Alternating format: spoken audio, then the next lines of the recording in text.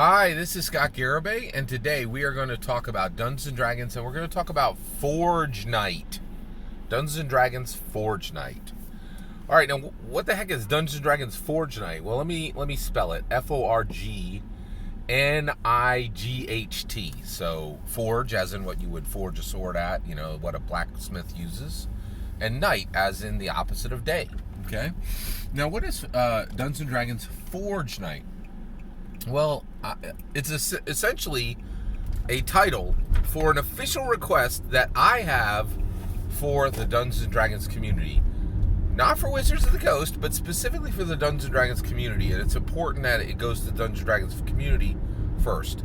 And so, essentially, Dungeons & Dragons Forge Night is a dream that I have that I am requesting the D&D community to create, right? And that would be created by the D&D community going to Wizards of the Coast and saying, please build this, right? And directing the build of it.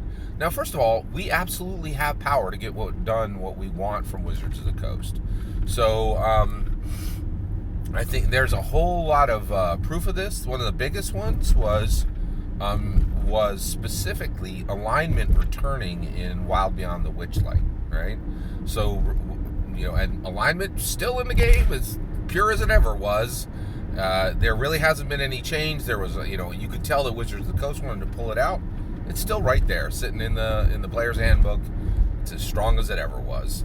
And they started to pull it out before Wild Beyond the Witchlight, but they put it right back in because they could tell people were getting upset with it. And also, Dungeons & Dragons, unlike any OSR game or any other game in the industry, listens very intently to what people are saying and asking in the game through Unearthed Arcana. There's really no program at scale like it. No one in the industry does. Every single quarter is like, hey, here's the content. This doesn't make it into a book until you've put your seal of approval on it, D&D community, right? So there is a very robust listening happening. The other thing is the shift to based content. I think that Vecna is the start of a shift away from woke content for Wizards of the Coast, creating D&D, to a shift in based content. So there's a lot of clues that we ask, they do, period. Like, it's, sometimes we don't get what we want, but they are definitely listening, and there's always a consideration. If the D&D asks for something in mass, we get it, generally. That's my humble opinion. All right, so basically, what I'm saying is that the Dungeons & Dragons community should request and convince Wizards of the Coast to make a Fortnite-like setting. I'm not asking them to make an official connection with Fortnite license, right? In fact, I definitely do not want that. I want D&D to go over to Fortnite, rip out one of its bones, crack that bone in half, and suck the marrow out, right? And get all the good stuff from Fortnite, but not make any connections to the real Fortnite, because they need to do exactly with Fortnite what they did with Harry Potter, right? So we now have Dungeons & Dragons Harry Potter. It's called Strixhaven, right? Dungeons & Dragons did not spend a single dime or pay anything to J.K. Rowling, nor did they need to. They took the best of that setting, put it in their own artist stylization, incubator, right? And made it unique enough where it is legally distinct from Hogwarts, right? And I want the same thing.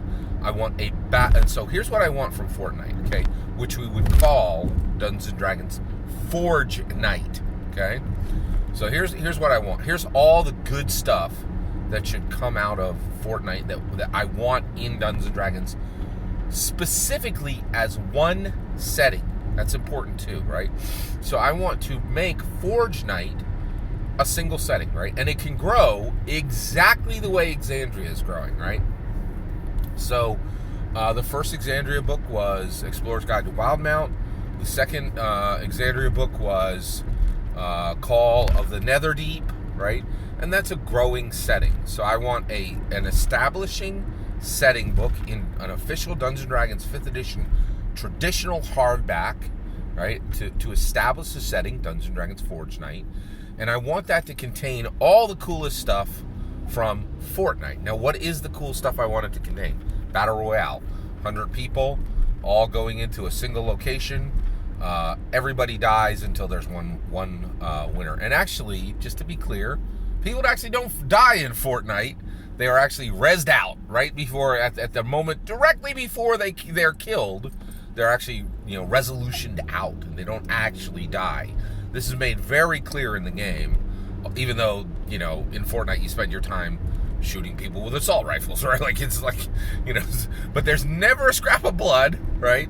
And no one ever dies in Fortnite. And I love that concept. I definitely want to keep that in Dungeons & Dragons Forge Night. So I want Battle Royale, I want the Battle Royale structure, okay? And you run that cycle over and over and over again, okay? Next, here's the biggest thing I want from Fortnite, and this is really big and really important. Excuse me. It is Sping. All right, I know there's a lot of... Thank you for your patience. Sping! What is Sping? Well, it's a neologism I have come up with to quickly explain the coolest thing in Fortnite, okay? Sping is spanning IP, spanning intellectual properties, right? So Fortnite spings. It spans intellectual property. So let me explain that to you, okay? So this last week, I played one game in which I jumped out of the battle bus as Naruto. I then, parachuted to the ground, and I landed on the back of a wolf, okay? And then I ran to a special place, and I got a Star Wars blaster, right? And then I rode that wolf with Naruto through this isn't a joke, through a fantasy forest that glowed with brilliant, glowing plants, riding past multiple reality saplings, right? And I saw Ariana Grande, and I killed her with my Star Wars blaster. I got ping, ping, ping, ping, ping, like Fortnite killed, which isn't a real kill. I de-rezzed her, right? And so I targeted her, shot at her until all of her health was gone and she was de-rezzed, right? Ariana Grande. And then I continued running on and ran my wolf past Doctor Strange and then emoted with Batman. That all happened in one match, right? So did you catch that all, right? Like, that is IRL musicians, right? That is Marvel and DC. That is Star Wars and arguably the most famous anime that has ever existed. All in one sweep, one game, okay? Spanning IP. Okay, all right. So I want Sping and I want Battle Royale in Dungeons & Dragons, and I want it under the title Forge Night, okay? And I very specifically do not want Dungeons & Dragons to make any connections to the actual Fortnite world, okay? Now, why do I want it? Okay, so this is very important to understand. So, first of all, I could envision a Dungeons & Dragons world where we never got a Fortnite-like Dungeons & Dragons, right? But the reality is that is impossible to have. We will have a Forge Night-like world. And the reason why is capitalism wins. Communism sucks, right? That's why you are guaranteed to have a Dungeons & Dragons Fortnite-like game, okay? Fortnite has virtually destroyed every video game competitor. It's I think it's almost without exception the most successful video game in the world. Maybe Minecraft touches it, but I don't think almost anything else does. It is like, and also maybe Pokemon. You can count on one hand the number of competitors Fortnite has. It is a world-class earner, right? And it is a shining example of capitalism wins, communism loses, right? No communist country in the world has ever made anything entertaining or cool or likable that, comes close to what capitalism can produce. And Fortnite is one of the strongest examples of this, right? So the reality is, and basically, it is an inevitability, okay, that the Fortnite-like game is going to come to Dungeons and Dragons. And the reason why is there's just so much money there, right? And the reason why Fortnite makes money is once you start playing, you want to buy these skins, right? They don't even make you better at the game, but like, I have bought Star Wars skins, I have bought Naruto skins, I have bought Marvel skins, I have bought DC skins, and the reality now, of course, since Biden broke the U.S. economy, I've scaled that back massively. But when everything was chugging along under Trump, I bought skins like crazy, right? Because like everybody thought you'd be able to feed babies in America, we were all dancing in the streets. It was great, right? And so but now things are different. But Fortnite is still a powerful economic engine, right? And so the reality is, if the D&D community requests this from Wizards of the Coast, Wizards of the Coast will listen, right? If the D&D community does not request this is going to come from some Hasbro suit, and that's going to suck, right? If the D&D community comes in and says, this is what we want, these are the intellectual properties that we want you to attach to Dungeons & Dragons for Fortnite. Here are some ideas to make it distinct from Fortnite, to make it better than Fortnite, right? To make a battle royale make sense in a Dungeons & Dragons world, right? And so basically, if the D&D community ushers this in, rather than waiting for some sad sack Hasbro suit to do it, it's going to be much, much better, right? The other thing is, one of the things we can do is you can say, hey, we want this as a setting book, right? And that's important, because if we let some sad sack Hasbro suit do this, you could end up having Fortnite-like content in every setting, which would be truly suck, right? And so the reality is, capitalism guarantees that this incredibly powerful, incredibly corporately desired package is coming to Dungeons & Dragons at one point.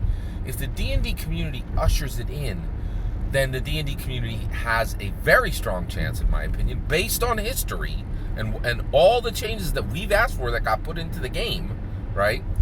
That, if we do that, then we can shape this, right?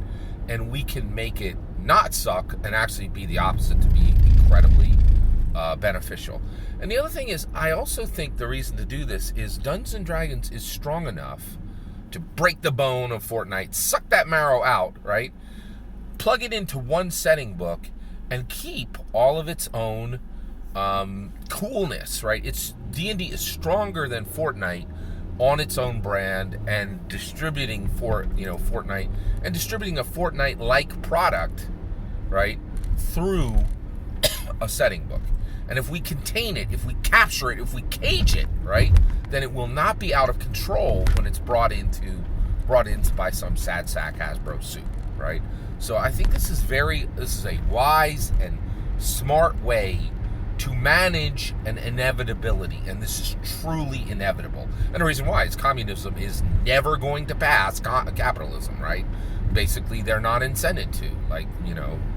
Work hard and you earn nothing more than the person next to you. That's never going to create anything cool, right? So as long as capitalism continues to virtually defeat all over the world communism, right? Then you're going to get the best. You're going to get these mega platforms like Fortnite from capitalism, right? And so as long as this is there, we've got to manage this incoming. And honestly, if this comes from a Hasbro suit, this is a problem. If this comes from the D&D community, this is a delight, right? The other reason why I'm saying this is Strixhaven was a stones to the wall success.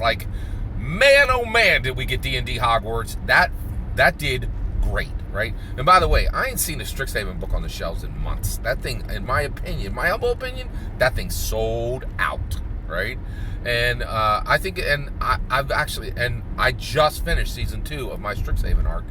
Strixhaven is stones to the wall cool, man. That thing is, it is on rails. I love Strixhaven. And that makes me think that we could have Dungeons and Dragons Forge Night, right? And the other thing, so last thing, what do we want? What IPs do we want in Dungeons and Dragons Forge Night? Well, two of them we're going to bring right over from Fortnite. And that's totally okay. Like, Fortnite doesn't have a, like some kind of exclusive deal with Marvel and DC and Star Wars. All those same brands make Funko Pop, who has nothing to do with Fortnite, right? So what will we bring in? Well, first of all, that's an obvious one, right? First of all, you get Marvel and you get Star Wars. And the reason why it's a one-stop shop, you go to Disney, hey, we'll take them both. We want all those characters in Dungeons and Dragons, right? Second, you get DC for free, right? Because DC can't allow Marvel to be scooping up all the money and have an exclusive, right? And so I think it was a very, I think Marvel, Fortnite made their Marvel, Star Wars, DC deal, and they just went over to DC and they were like, hey, sign up. If you don't, you suck, and all your characters are not going to be seen by, half the teenagers in America, right? And it was very easy sell to get DC. DC has to do what Marvel does, just because they're the weaker brand and they can't be left behind, right? So Dungeons and Dragons. So if Dungeons and Dragons just signs up Marvel and Star Wars, you're gonna automatically just very, very easily be able to just scoop up DC, right? What next? Pokemon. I would definitely bring in Pokemon. I think that would be an amazing IP to attach to Dungeons and Dragons. I'm going to say this one real quick. I would really love to attach Harry Potter to Dungeons and Dragons, but we really couldn't do that. I'm a huge Harry Potter fan, but right now, Harry Potter is radioactive because of people consider J.K. Rowling a TERF, and it's a white-hot burning dumpster fire, right? And I actually would want this to work, and I wouldn't want the distraction of Harry Potter. It makes me very sad. I would really love to see Harry Potter in there. I'm still a huge J.K. Rowling fan. I'm a huge Harry Potter fan, but I also I'm a smart person. I understand that you can't attach a radioactive property to something you want to work, right? And right now, I don't know. It may still be fixable, but right now, the Harry Potter world is a white hot dumpster fire. It is just not great. All right, so I would love for that to come in, but logically, business-wise, you could not bring that in. I also think it's brilliant to bring anime over, right? And I am a huge Naruto fan, but I don't think I would bring over Naruto. I think I would try to bring in Demon Slayer would be perfect, right? That's a very hot new anime title, a lot of color and action in that, and I think that could do really well.